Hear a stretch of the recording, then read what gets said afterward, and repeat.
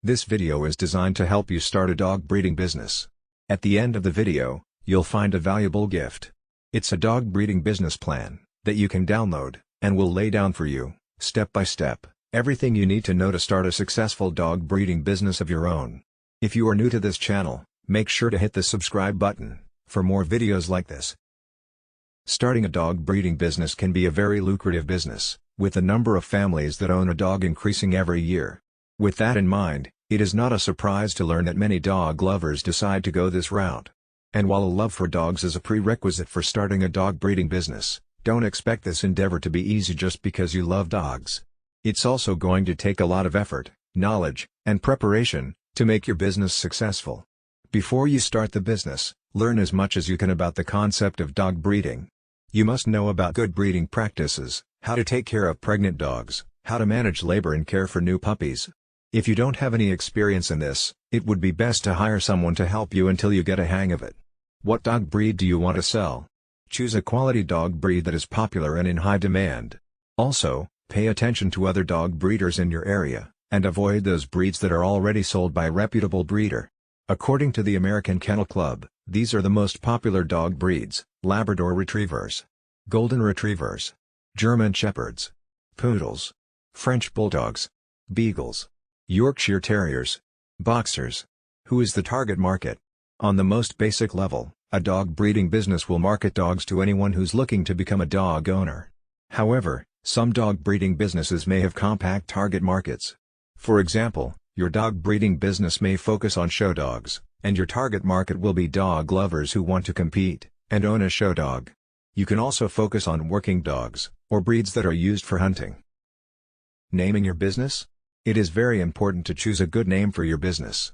Before you choose the business name, you should also check if that particular name is available in your state, and whether the web domain for that name is free.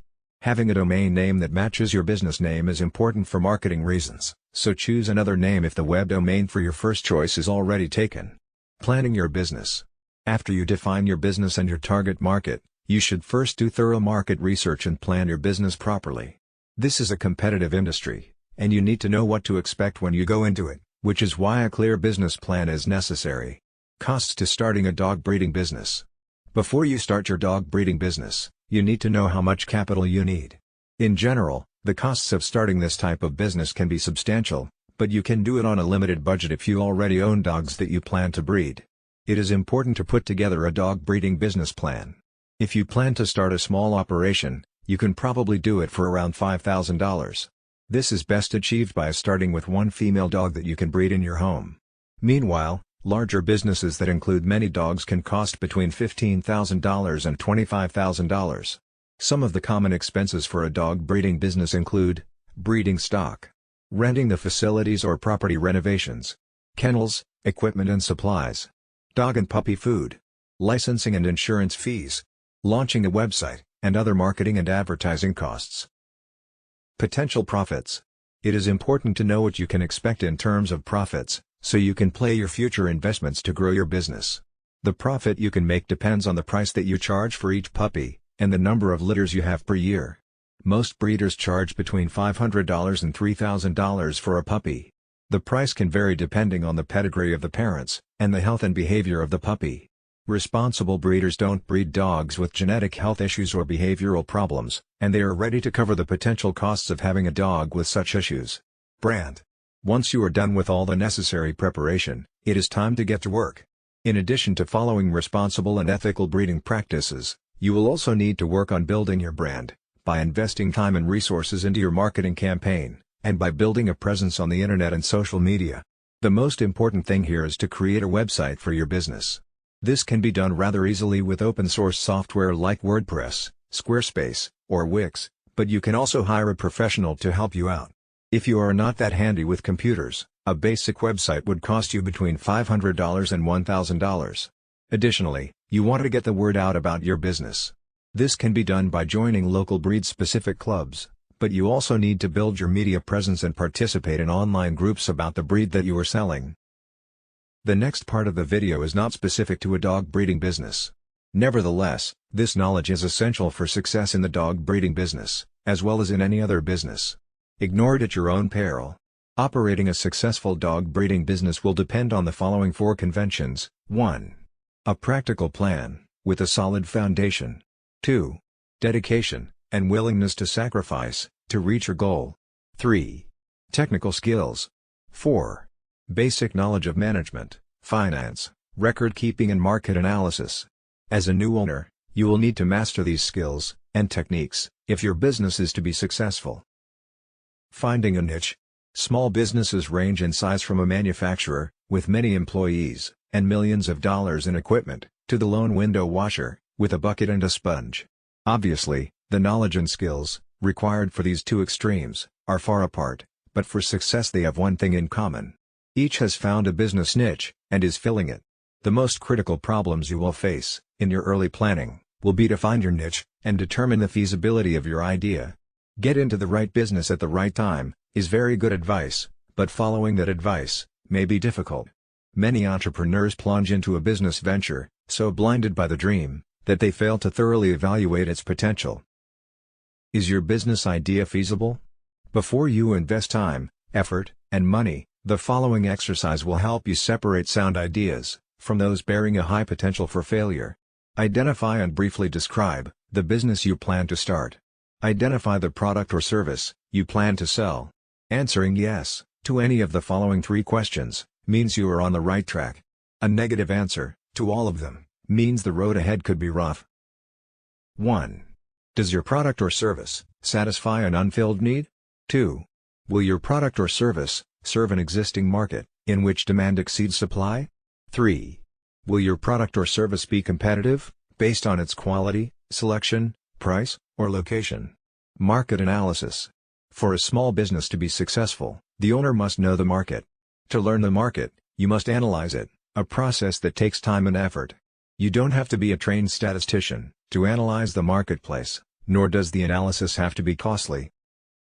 Analyzing the market is a way to gather facts about potential customers, and to determine the demand for your product or service. The more information you gather, the greater your chances of capturing a segment of the market. Know the market before investing your time and money in any business venture. The following questions will help you collect the information necessary to analyze your market and determine if your product or service will sell. This brief exercise will give you a good idea of the kind of market planning you need to do. An answer of no to any of the questions indicates a weakness in your plan, so do your research until you can answer each question with a yes.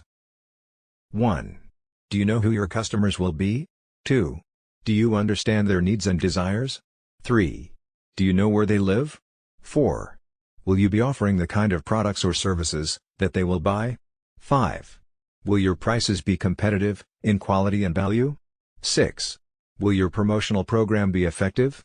7. Do you understand how your business compares with your competitors? 8. Will your business be conveniently located for the people you plan to serve? 9. Will there be adequate parking facilities for the people you plan to serve? Planning your startup. The following questions are grouped according to function. They are designed to help you prepare for opening day. Merchandise. Have you decided what items you will sell or produce, or what services you will provide? Have you made a merchandise plan, based upon estimated sales, to determine the amount of inventory you will need to control purchases? Have you found reliable suppliers, who will assist you in the startup? Have you compared the prices, quality, and credit terms of suppliers? Business records. Are you prepared to maintain complete records of sales, income and expenses, accounts payable, and receivables? Have you determined how to handle payroll records, tax reports, and payments? Do you know what financial reports should be prepared, and how to prepare them? Finances. A large number of small businesses fail each year. There are a number of reasons for these failures, but one of the main reasons is insufficient funds. Too many entrepreneurs try to start and operate a business without sufficient capital, money.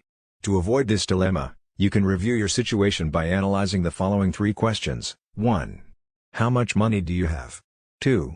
How much money will you need to start your business? 3. How much money will you need to stay in business? In order to answer the second question, how much money will you need to start your business?